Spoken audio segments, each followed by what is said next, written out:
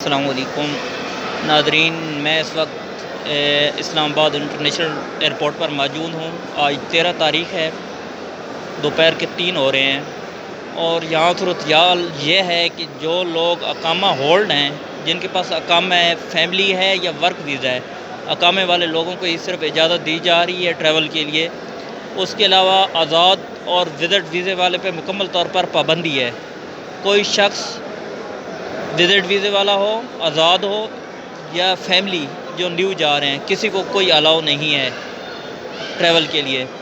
تو ناظرین، اس وقت آپ یہ دیکھ رہے ہیں اور بہت ہی لوگوں کو مشکلات کا سامنا ہے۔ ٹکٹیں نہیں مل رہی، جو مل رہی ہیں تو وہ بھی چانسز پہ مل رہی ہیں کہ ہم دیکھیں گے کہ آپ کو فلائٹ مل سکتی ہے یا نہیں۔ اور ہر طرف لوگ اس کوشش میں ہیں کہ ہم جتنا جلدی ہو سکے وہاں پہنچ جائیں۔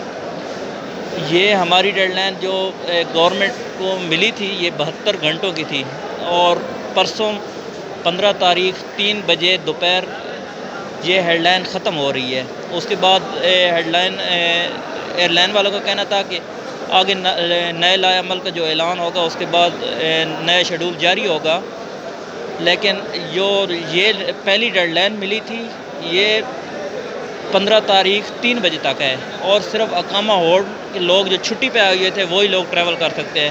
کسی اور شخص کو ٹریول کی اجازت نہیں دی جا رہی۔ اور اس کے علاوہ ایک سوشل میڈیا پہ اور آگے کافی افواہیں پھیل رہی ہیں کہ ایک کرونا وائرس کا ٹیسٹ کروایا جاتا ہے، اس کے بعد ٹریول کی اجازت دی جاتی ہے۔ کوئی ایسی چیز یہاں پہ دیکھنے کو نہیں ملی، اور جب انتظامیہ سے بات ہوئی تو انہوں نے کہا کوئی ایسی ریکوائرمنٹ فی الحال نہیں ہے، کیونکہ جو ڈیڈ لائن سعودی حکومت نے دی تھی وہ صرف اسی چیز کی دی تھی کہ جو اقامہ ہولڈ لوگ ہیں جو چھٹیاں پہ ہیں تاکہ وہ واپس آ سکیں۔